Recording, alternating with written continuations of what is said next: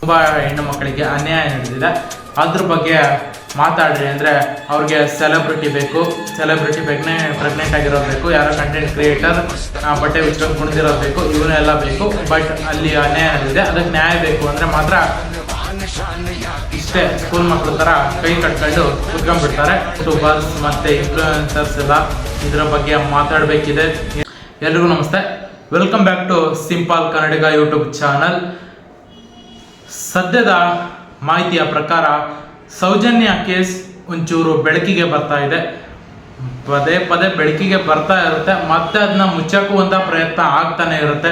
ಯಾಕಪ್ಪ ಈಗ ಹೇಳ್ತಾ ಇದ್ದೀನಿ ಅಂದರೆ, ಅಲ್ಲಿರುವಂತಹ ಪ್ರಭಾವಿ ವ್ಯಕ್ತಿಗಳು ಸೌಜನ್ಯ ಕೇಸ್ ಈ ಥರ ಹೋಗ್ತಾ ಇದೆ ಅಂತ ಅಂದ ಮಾತ್ರಕ್ಕೆ ಮತ್ತೆ ಅದ್ರ ಬಗ್ಗೆ ಕೈನ ಬಿಸಿ ಮಾಡ್ತಾರೆ.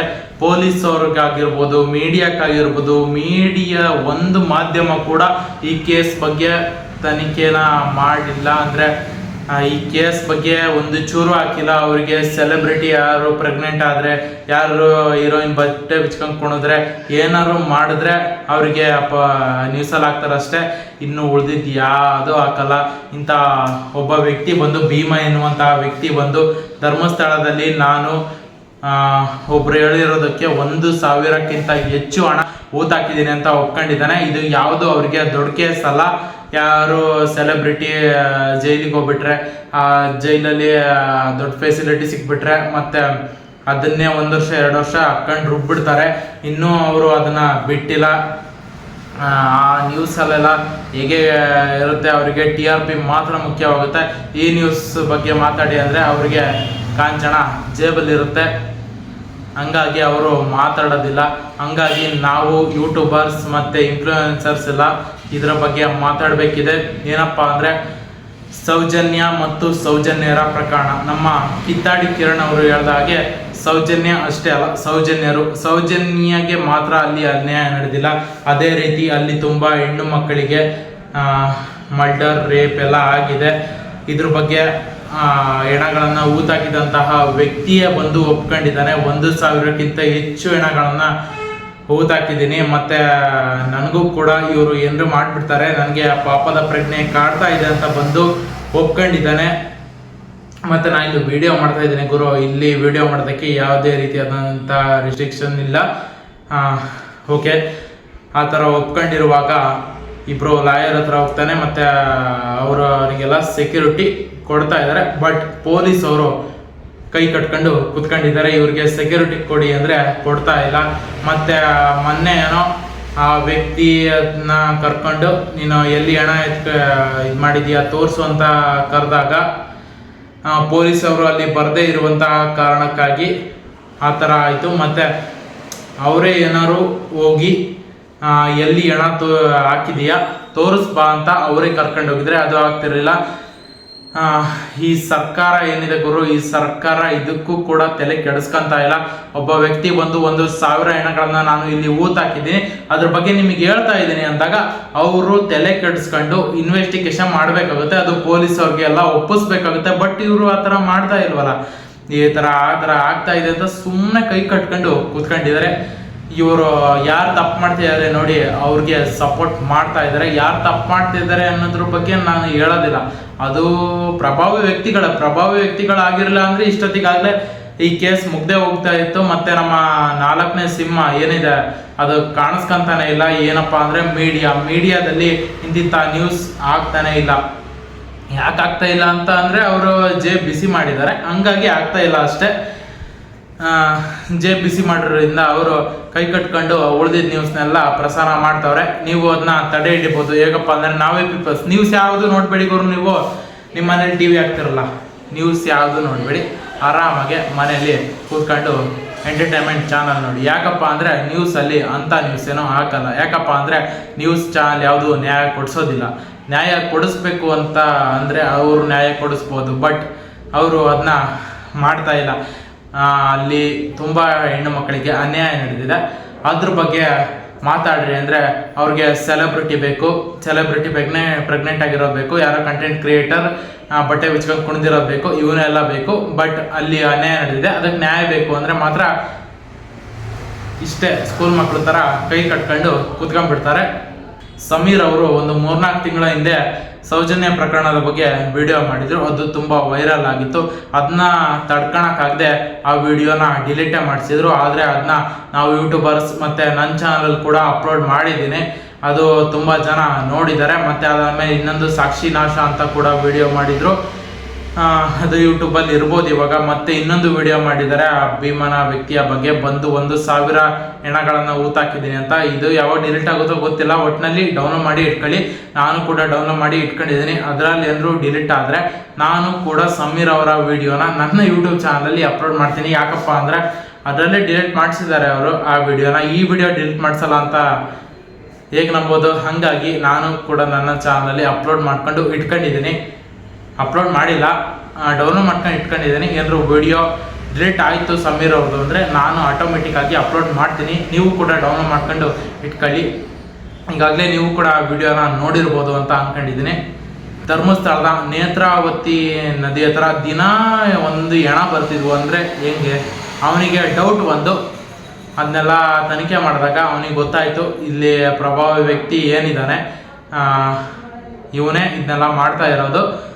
ಇವನೇ ಡೈಲಿ ಒಂದೊಂದು ಹೆಣ ಬೀಳುವಾಗೆ ಮಾಡ್ತಾ ಇದ್ದಾನೆ, ಅವ್ರನ್ನ ರೇಪ್ ಮಾಡ್ತಾ ಇದ್ದಾನೆ, ಅವ್ರನ್ನ ಮರ್ಡರ್ ಮಾಡ್ತಾ ಇದ್ದಾನೆ ಅಂತ ಗೊತ್ತಾಗಿ ಅವನು ಆದರೂ ಜಾಸ್ತಿ ತಲೆ ಕೆಡಿಸ್ಕೊಳಕ್ಕೆ ಹೋಗ್ತಾ ಇಲ್ಲ. ಮತ್ತು ಅವನ ಅಣ್ಣ ತಮ್ಮನ ಹತ್ರ ಡಿಸ್ಕಸ್ ಮಾಡಿ ಬಿಡ್ತಾನೆ. ಮತ್ತು ಅವನಿಗೆ ಪಾಪ ಪ್ರಜ್ಞೆ ಕಾಡಿ ನನಗೆ ಈ ಥರ ಇದ್ರೆ ಆಗಲ್ಲ ಅಂತ 2016 ಅವನು ಊರು ಬಿಟ್ಟು ಹೋಗ್ತಾನೆ. ಮತ್ತು ಇತ್ತೀಚೆಗಾಗಲೇ ಸಮೀರ್ ಅವರ ವಿಡಿಯೋ ನೋಡಿ ಮತ್ತೆ ಅವನಿಗೆ ಪಾಪ ಪ್ರಜ್ಞೆ ಕಾಡಿ ಮತ್ತು ನನಗೇನು ಕೊಲೆಗಿಲ್ಲ ಮಾಡಿದ್ರು ಅಂತ ಮತ್ತೆ ಅವನು ಬರ್ತಾನೆ. ಬಂದಾಗ ಈ ಥರ ಹೇಳ್ತಾರೆ. ಆದರೆ ಇದ್ರ ಬಗ್ಗೆ ಹೆಚ್ಚಿನ ತನಿಖೆ ಆಗಬೇಕು ಅನ್ನೋದೇ ನಮ್ಮ ಆಶಯ. ಇಲ್ಲೊಂದು ಪಕ್ಕದಲ್ಲಿ ಸ್ಕ್ಯಾನರ್ ಕೊಟ್ಟಿರ್ತೇನೆ ನೋಡಿ. ಆ ಸ್ಕ್ಯಾನರ್ನ ಸ್ಕ್ಯಾನ್ ಮಾಡಿ ನಿಮ್ಮ ಮೊಬೈಲ್ಗಳಲ್ಲಿ ಸ್ಕ್ರೀನ್ಶಾಟ್ ಹೊಡ್ಕೊಂಡು ಸ್ಕ್ಯಾನ್ ಮಾಡಿ, ಅಥವಾ ಹಾಗೆ ಇನ್ನೊಂದು ಮೊಬೈಲಲ್ಲಿ ಸ್ಕ್ಯಾನ್ ಮಾಡಿ ನಿಮ್ಮವರು ಮತ್ತೆ ನೀವು ನಿಮ್ಮವ್ರ ಹತ್ರ ಅದರಲ್ಲಿ ಅರ್ಜಿನ ಹಾಕಿ. ಯಾಕಪ್ಪ ಅಂದರೆ ಧರ್ಮಸ್ಥಳದಲ್ಲಿ ನಡೆದಿರುವಂತಹ ಅನ್ಯಾಯದ ಬಗ್ಗೆ ನಿಮಗೆ ಒಂದು ಚೂರಾರು ಮನಸ್ಸಿಗೆ ನೋವಿದ್ರೆ ಅದರಲ್ಲಿ ಹೇಳಿ.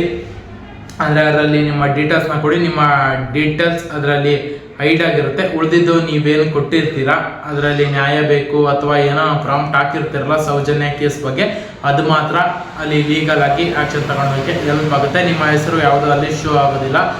ಅದ್ರ ಮೇಲೆ ನಂಬಿಕೆ ಇಡ್ಬೋದು. ನಮ್ಮ ಕಾನೂನಿನ ಮೇಲೆ ನಂಬಿಕೆ ಇದೆಯಾ ಅಂದರೆ ಸದ್ಯಕ್ಕೆ ನಂಬಿಕೆ ಇರುವುದಿಲ್ಲ. ಇದು ನಾನು ಆನೆಸ್ಟ್ ಆಗಿ ಹೇಳ್ತಾ ಇದ್ದೀನಿ.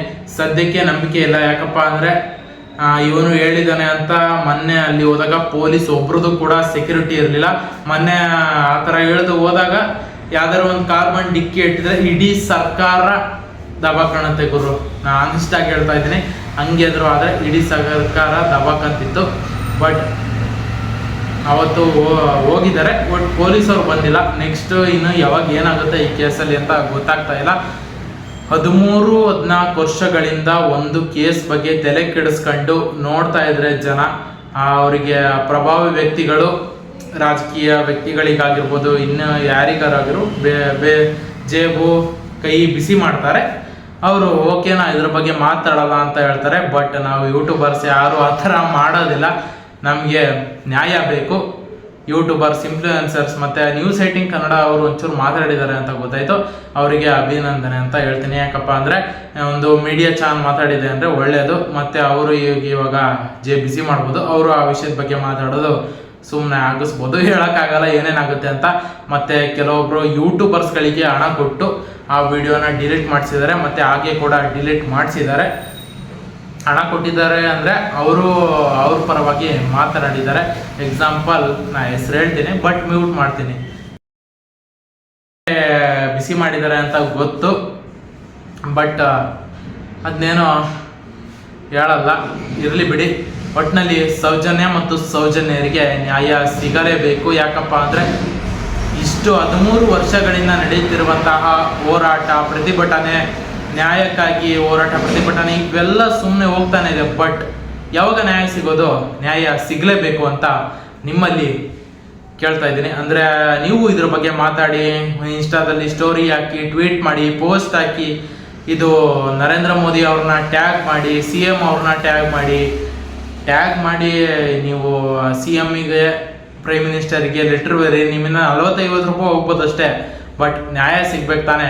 ಹೋಗ್ಬೋದು ನ್ಯಾಯ. ಅವರು 1 ಲೀಟ್ರ್ 2 ಲೀಟ್ರನ್ನ ಹೋಗು ಅಂತ ಕಳಿಸ್ಬೋದು. ಬಟ್ ಅದೇ ಥರ ಸಾವಿರಾರು ಲೀಟ್ರ್ ಹೋದರೆ ಅವರು ಅದ್ರ ಬಗ್ಗೆ ಆ್ಯಕ್ಷನ್ ತಗೊಳ್ಳೇಬೇಕಾಗುತ್ತೆ. ಯಾಕಪ್ಪ ಅಂದರೆ ನಾವು ಓಟ್ ಹಾಕಿದ್ದೀವಿ, ಆ ಓಟ್ಗೆ ನ್ಯಾಯ ಸಿಗಬೇಕು, ಮತ್ತು ಸೌಜನ್ಯ ಕೇಸ್ಗೂ ಕೂಡ ನ್ಯಾಯ ಸಿಗಬೇಕು. 4 ವರ್ಷ ಆದಮೇಲೆ ಬರ್ತಾರೆ ಮತ್ತೆ ಓಟ್ ಹಾಕ್ರಿ ಅಂತ. ಆವಾಗ ನಮಗೆ ನ್ಯಾಯ ಸಿಕ್ಕಿಲ್ಲ ಅಂದರೆ ಕೇಳ್ಬೋದು, ನ್ಯಾಯ ಸಿಕ್ಕರೆ ಅವ್ರಿಗೆ ಓಟ್ ಹಾಕ್ಬೋದು, ನ್ಯಾಯ ಸಿಕ್ಕಿಲ್ಲ ಅಂದರೆ ಅವ್ರನ್ನ ನ್ಯಾಯ ಕೇಳ್ಬೋದು. ಆದರೆ ಬಿರಿಯಾನಿಗೆ ಹಣಕ್ಕೆ ಓಟ್ ಹಾಕಿದರೆ ನಾವೇನು ಮಾಡೋದಕ್ಕೆ ಆಗಲ್ಲ. ನಮ್ಮ ದೇಶ ಬದಲಾಗಬೇಕು. ಇಷ್ಟೇ ಹೇಳ್ತಾ ಇರೋದು ಗುರು. ಹಿಂಗಂದರೆ ಬದಲಾಗ್ಬಿಡುತ್ತೆ ಅಂತ ಅಲ್ಲ, ಇದಕ್ಕೆ ನ್ಯಾಯ ಸಿಗಬೇಕು. ಟ್ರೂತಾಗಿ ಹೇಳ್ತಾ ಇದ್ದೀನಿ, ನ್ಯಾಯ ಸಿಗೋದು ಅನುಮಾನ ಸದ್ಯಕ್ಕೆ. ಯಾಕಪ್ಪ ಅಂದರೆ ಇವರ ನಿರ್ಲಕ್ಷ್ಯ ಇದ್ದರೆ ಗ್ಯಾರಂಟಿ ನ್ಯಾಯ ಸಿಗಲ್ಲ. ಇವರು ಅದ್ರ ಬಗ್ಗೆ ಒಂದಿಷ್ಟು ಯೋಚನೆ ಮಾಡಿ ತನಿಖೆ ಮಾಡಿದರೆ ನಿಜವಾಗ್ಲೂ ನ್ಯಾಯ ಸಿಗ್ಬೋದು. ನಮ್ಮ ಮೀಡಿಯಾದವರು ಇದ್ರ ಬಗ್ಗೆ ಮಾತಾಡಿದರೆ ಇಷ್ಟೊತ್ತಿಗಾಗಲೇ ನ್ಯಾಯ ಸಿಕ್ಕಿರೋದು. ಅವರೇ ದರ್ಶನ್ ಕೇಸ್ನ ಹೇಳಿದ್ರಲ್ಲಪ್ಪ 1 ವರ್ಷ, ಅದೇ ಥರ ಸೌಜನ್ಯ ಕೇಸ್ನ ಹೇಳಿದ್ರೆ ಒಂದಿಷ್ಟು ಯೋಚನೆ ಮಾಡಿ ಜನರು ಅದ್ರ ಬಗ್ಗೆ ಸಿಡಿದು ಹೇಳ್ಬೋದಾಗಿತ್ತು. ಬಟ್ ನಿಮ್ಮ ಕೈಯಲ್ಲಿ ಒಂದು ಮೊಬೈಲ್ ಇದೆ, ನೀವು ವಿಡಿಯೋ ನೋಡ್ತಾ ಇರ್ತೀರಾ. ನನ್ನ ವಿಡಿಯೋಕ್ಕೇನು ಅಷ್ಟೋವಲ್ಲ ವ್ಯೂಸು, ಬಟ್ ನಾನು ಮಾತಾಡಬೇಕು ಅಂತ ಮಾತಾಡ್ತಾ ಇದ್ದೀನಿ. ಒಟ್ಟಿನಲ್ಲಿ ಹೇಳೋದಂದೆ, ಸೌಜನ್ಯಗೆ ನ್ಯಾಯ ಸಿಗಲೇಬೇಕು.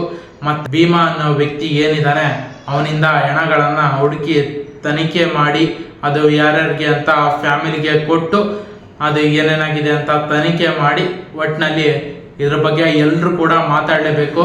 ಮತ್ತು ನಾ ಏನು ಹೇಳಿದೆ, ಈ ಸ್ಕ್ಯಾನರ್ ಇದೆಯಲ್ಲ, ಈ ಸ್ಕ್ಯಾನರ್ನ ಸ್ಕ್ಯಾನ್ ಮಾಡಿ ನೀವು ಲೀಗಲ್ ಆಗಿ ಇದ್ರ ಬಗ್ಗೆ ನಿಮಗೆ ಅನಿಸಿಕೆ ಏನಿದೆ ಅದರಲ್ಲಿ ತಿಳಿಸ್ಬೋದು.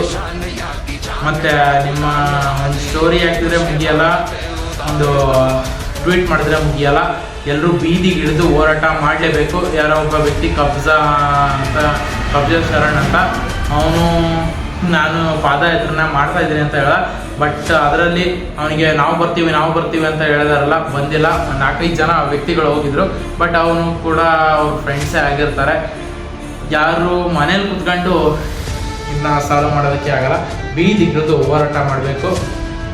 ಇವರು ಕಬ್ಜಾ ಶರಣ್ ಅವರು ಮಾಡ್ತಾ ಇದ್ದಾರೆ, ಒಳ್ಳೆಯದಾಗುತ್ತೆ. ಮತ್ತು ನ್ಯೂಸ್ ಅಲರ್ಟ್ ಅವರು ಇದ್ರ ಬಗ್ಗೆ ಸುದ್ದಿನ ಮಾಡ್ತಾ ಇದ್ದಾರೆ. ಕಿದ್ದಾಡಿ ಕಿರಣ್ ಅವರು ಮಾತಾಡಿದ್ದಾರೆ, ಸಮೀರ್ ಅವರು ಮಾತಾಡಿದ್ದಾರೆ. ಇದ್ರ ಬಗ್ಗೆ ತುಂಬ ಜನ ಇನ್ಫ್ಲೂಯೆನ್ಸ್ ಮಾತಾಡಿದ್ದಾರೆ, ಮಾತಾಡಬೇಕು ಕೂಡ. ಇನ್ನೂ ಹೆಚ್ಚಿನ ಜನ ಯಾರು ಮಾತಾಡಿದ್ವೋ ಅವರು ಇದ್ರ ಬಗ್ಗೆ ಮಾತಾಡಿ, ನಾನು ಕೂಡ ಈ ಕೇಸ್ ಬಗ್ಗೆ ಮಾತಾಡ್ತಾ ಇದ್ದೀನಿ. ಇದರಿಂದ ಒಂದು ಕಾಡು ಕಿಚ್ಚು ಹಚ್ಕಲ್ಲಿ ಅಂತ, ಅಂದರೆ ಒಬ್ಬರಿಂದ ಒಬ್ಬರಿಗೆ ಹೋದರೆ ವಿಡಿಯೋಗಳು ವೈರಲ್ ಆಗುತ್ತೆ. ವೈರಲ್ ಆದರೆ ಆ ವಿಡಿಯೋನ ಡಿಲೀಟ್ ಮಾಡಿಸ್ತಾರೆ, ಬಟ್ ಆ ವಿಡಿಯೋ ಸೇಫಾಗಿ ಇರುತ್ತೆ. ಯಾಕಪ್ಪ ಅಂದರೆ ವೈರಲ್ ಆದಾಗ ಸಮೀರ್ ಅವರ ವಿಡಿಯೋನ ಹೇಗೆ ಡೌನ್ಲೋಡ್ ಮಾಡಿ ಇಟ್ಕೊಂಡಿದ್ದೀವಿ ನೋಡಿ, ಅದೇ ಥರ ಎಲ್ಲರೂ ವಿಡಿಯೋನ ಡೌನ್ಲೋಡ್ ಮಾಡಿ ಇಟ್ಕೊಂಡು ಒಂದೇ ಸಲ ನುಗ್ಗಿಸ್ಬಿಟ್ರೆ ಆಯಿತು. ಮತ್ತು ಇದು ಹೀಗೆ ನಿಲ್ಲೋದಿಲ್ಲ, ಕೋರ್ಟಲ್ಲಿ ಇದ್ರ ಬಗ್ಗೆ ನ್ಯಾಯ ಸಿಗಲೇಬೇಕು. ಯಾರು ಈ ತಪ್ಪನ ಮಾಡಿದ್ದಾರೆ ನೋಡಿ, ಅವ್ರಿಗೆ ಪಾಪ ಪ್ರಜ್ಞೆ ಕಾಡ್ತಾ ಇರುತ್ತೆ. ಮತ್ತು ಕರ್ಮ ಯಾವತ್ತೂ ಬಿಡೋದಿಲ್ಲ, ಕರ್ಮ ರಿಟರ್ನ್ಸ್ ಆಗಿ ಹೋಗುತ್ತೆ, ಅವ್ರಿಗೆ ತಕ್ಕ ಶಿಕ್ಷೆ ಆಗೇ ಆಗುತ್ತೆ ಅಂತ ಹೇಳ್ತಾ ಇಲ್ಲಿಗೆ ಈ ವಿಡಿಯೋನ ಮುಗಿಸ್ತಾ ಇದ್ದೀನಿ. ಈ ವಿಡಿಯೋದಲ್ಲಿ ಏನು ತಪ್ಪು ಅಂತ ಹೇಳಿದ್ರೆ ನನ್ನ ಕ್ಷಮಿಸ್ಬಿಡಿ. ಯಾಕಪ್ಪ ಅಂದರೆ ನನಗೆ ಅನಿಸಿದ್ದನ್ನು ನಾನು ಮಾತಾಡಿದ್ದೀನಿ. ನಿಮ್ಮ ಅನಿಸಿಕೆನ ಕಮೆಂಟ್ ಬಾಕ್ಸಲ್ಲಿ ತಿಳಿಸಿ. ಎಲ್ಲರೂ ಜಸ್ಟಿಸ್ ಫಾರ್ ಸೌಜನ್ಯರು ಅಂತ ಹ್ಯಾಶ್ಟ್ಯಾಗ್ ಹಾಕಿ. ಧನ್ಯವಾದ.